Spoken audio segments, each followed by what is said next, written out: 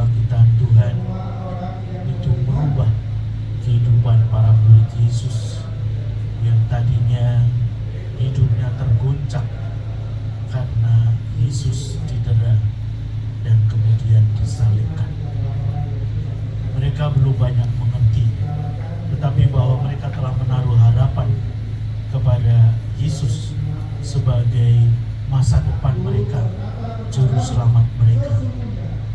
Maka ketika Yesus diperlakukan seperti itu, mereka terguncang dan sangat sedih. Dan setelah dia bangkit dari kematian, dia menampakkan diri kepada para murid. Dan penampakannya ini sungguh-sungguh membangunkan mereka kembali, memberikan kehidupan mereka kembali, sehingga mereka begitu bersemangat. Mereka tidak takut lagi karena Tuhan yang mereka imani itu telah berada bersama-sama mereka kembali. Dan mereka juga mendapatkan penegasan bahwa Allah atau Yesus yang mereka imani itu tidak bisa dikuasai maut untuk selamanya. Maka dia bangkit.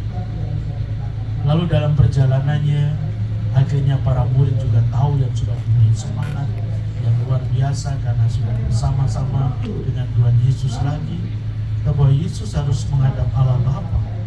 Dia harus naik ke surga. Jadi mereka sedih lagi. Nanti mereka akan sendiri lagi. Maka menghadapi situasi yang demikian ini, Tuhan Yesus seperti yang terungkap dalam bacaan Injil tadi bersabda, janganlah gelisah hatimu, percayalah kepada Allah, percayalah juga kepadaku.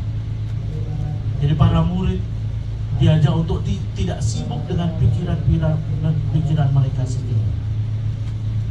Mereka diajak untuk melompat dalam suatu situasi untuk hanya percaya kepada Tuhan. Dan kalau dia percaya kepada Allah, maka dia juga percaya pada Tuhan Yesus. Bahwa Yesus yang mereka sudah percayai, bahwa mereka berani menyerahkan hidup mereka kepada Tuhan Yesus, Tuhan Yesus akan menjamin keselamatan mereka. Maka dia bersabda, di mana aku berada, supaya mereka yang percaya kepada aku juga bersama-sama dengan aku. Maka ketika ini diterangkan kepada para murid, Thomas yang memang terkenal sebagai orang yang spontan, yang tidak begitu mudah percaya, dengan sebelum sendiri mendapatkan bukti, maka dia juga bertanya, Tuhan, bagaimana kami tahu jalan ke sana? Sedangkan Tuhan mau pergi kemana? Kami tidak tahu. Lalu Tuhan Yesus bersabda, akulah jalan, kebenaran, dan kehidupan. Tidak ada seorang pun yang datang kepada Bapa kalau tidak melalui aku. Jadi Yesuslah sebagai jalan yang mengantar kehidupan yang menyelamatkan hidup. Dan ini supaya diterima oleh para murid. Maka mereka diajak untuk tidak bersedih hati. Dan kiranya Tuhan Yesus ini juga relevan untuk kita sekalian, saya istimewa keluarga, saudara, anak-anak, cucu yang ditinggalkan pergi oleh Bapak Suryanto. Saudara-saudari yang terkasih, bahwa kita secara manusiawi sedih itu juga hal yang wajar, karena kita berpisah bukan karena kita ditinggal untuk pergi makan, untuk pergi berbelanja, atau bahkan berpisah karena tinggal pergi untuk dirawat di rumah sakit. Tapi kita akan berpisah untuk selama-lamanya. Dan secara fisik memang kita berpisah, tapi secara batin kita tidak pernah berpisah.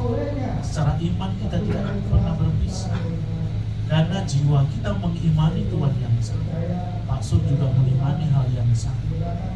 Dan karena itu nasihat Santo Paulus seperti yang terungkap dalam bacaan yang pertama tadi juga begitu indah. Kami ingin agar kamu mengetahui tentang orang-orang yang sudah meninggal, supaya kamu jangan berduka cita seperti orang-orang yang tidak mempunyai pengharapan. Karena kita percaya bahwa Yesus telah wafat dan bangkit, maka kita percaya juga bahwa semua orang yang telah meninggal dalam Yesus akan dikumpulkan Allah bersama-sama dengan Yesus. Dan saya rasa disampaikan oleh Santo Paulus ini sangat mendasar. Jadi kita bersama-sama untuk berpusat. Semuanya memang berada dalam Tuhan Yesus. Tuhan Yesus yang berkuasa. Dan kita bersama juga mengenal bagaimana Bapak Sur menjalani kehidupannya sebagai seorang beriman. Seperti yang disabdakan oleh Tuhan Yesus tadi, akulah jalan kebenaran dan kehidupan. Dengan banyak Pak Sur sejak ya mungkin masih remaja, dewasa, lalu kemudian nikah, dan lahirlah anak-anak besar, lalu kemudian menjadi dewasa dan menikah, ada cucu-cucu dan seterusnya. Mencoba menghayati bahwa Yesus sebagai jalan kehidupan. Maka begitu diperkenalkan dengan ya, devosi terhadap kerahiman Allah, kerahiman ilahi, beliau juga ya mungkin ini juga menjadi semangat spiritualitas dalam kehidupannya, sehingga beliau juga kita kenal sebagai devosan kerajaan ilahi, ya, cukup bersemangat, handal, terutama di paroki Pluit ini, sehingga ya beliau bisa ya mewariskan apa yang dihidupi kepada saudara-saudari yang berdevosi kepada kerahiman ilahi. Dan itu semua karena keyakinan bahwa Yesus adalah jalan, kebenaran, dan kehidupan. Dan karena itu juga, ini juga luar biasa. Saya rasa Pak Sur gak berencana, aku nanti kalau mau mati pas hari raya kerahiman ilahi, rasa kan. Tapi ini merupakan suatu ya hadiah, rahmat Tuhan sendiri pas kita bersama-sama gereja universal dunia merayakan hari kerahiman Tuhan.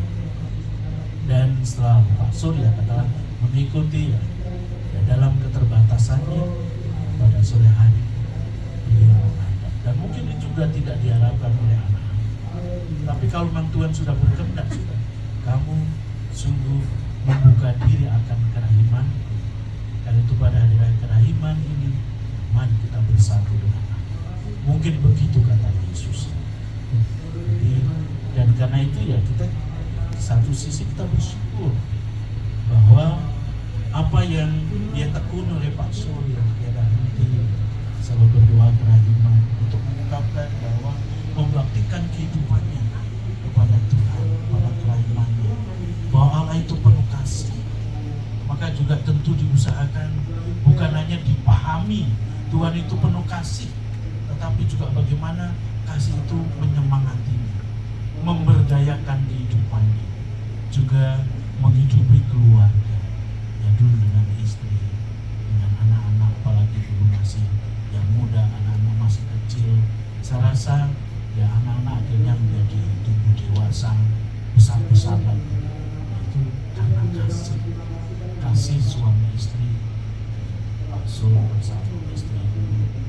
Lalu ya bagaimana bersama-sama bisa yang mendampingi anak-anak untuk bertumbuh dan berkembang sebagai seorang beriman.